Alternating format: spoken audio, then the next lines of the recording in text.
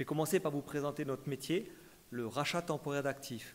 Donc on imagine une entreprise qui possède un bien mobilier, on a représenté ici un tracteur, ça aurait pu être un véhicule, une machine-outil, ou un bien immobilier.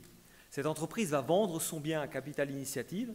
Capital Initiative va l'acheter et le payer à l'entreprise, ce qui va générer de la trésorerie, et mettre en place un contrat de location.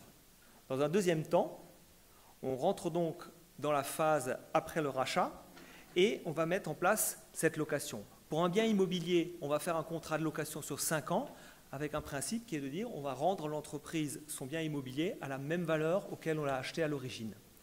Pour un bien mobilier, on va mettre en place un tableau d'amortissement dont le but est que la valeur du bien diminue et qu'à la fin du contrat, l'entreprise puisse, pour une somme symbolique, reprendre son bien.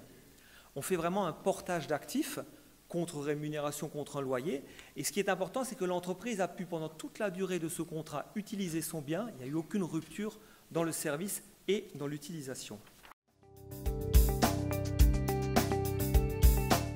Vous me connaissez pour ma passion pour la défense de la libre entreprise que je mène depuis des années sur Mulhouse. La France est le pays des TPE.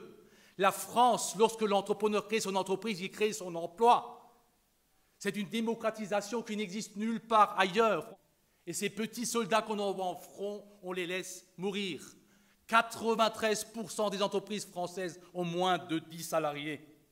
Mais 70% des emplois marchands sont dans les entreprises, petites entreprises. Les grandes n'embauchent plus, nous le savons depuis des années. Les seules entreprises qui embauchent sont les petites entreprises. Allez dire à tous les banquiers que vous connaissez que Capital Initiative est un allié. Appelez l'homme qui est en face de vous au guichet et dites-lui, toi aussi, tu supplies la structure qui préfère jouer en bourse et jouer ailleurs avec notre argent plutôt que de soutenir l'économie, parce que BAL 2, BAL 3, toutes les excuses, nous les avons. Dis-tu tout simplement, lorsque M. Meyer a 100 000 € de découvert, qu'il y a 103 000, et que la hiérarchie t'appelle, et que tu dois rappeler M. Meyer pour lui demander 3 000 € qu'il n'a pas, et qu'on se fâche, il y a une solution, qu'il vienne voir Rollinger chez Capital Initiative. Et nous avons créé un nouveau fonds Capital Initiative RTA, que nous allons ouvrir à des associés. Alors ceux qui payent l'ISF, investissez chez nous. Nous n'allons pas perdre notre fric, faites-moi confiance.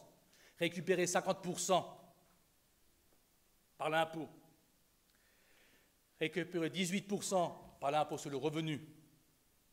Bien sûr, pour que le système marche, j'ai besoin des banquiers. Et je vous disais, dites-leur de venir à nous. Et les banquiers dans la salle, ceux qui sont des hommes à côté des structures, s'il vous plaît, nous sommes là, travaillons main dans la main, dans l'intérêt collectif. Et dans les 5 ans, nous irons en bourse parce qu'il faut une sortie. Il faut que ceux qui ont souscrit puissent trouver une liquidité sur un marché. Rentrer en bourse, c'est facile. Bien rentrer, c'est autre chose. Bien rentrer, ce sera un travail long. C'est un travail de publicité. C'est un travail de lobbying. Et j'ai besoin du soutien de chacun d'entre vous. Vive la libre entreprise!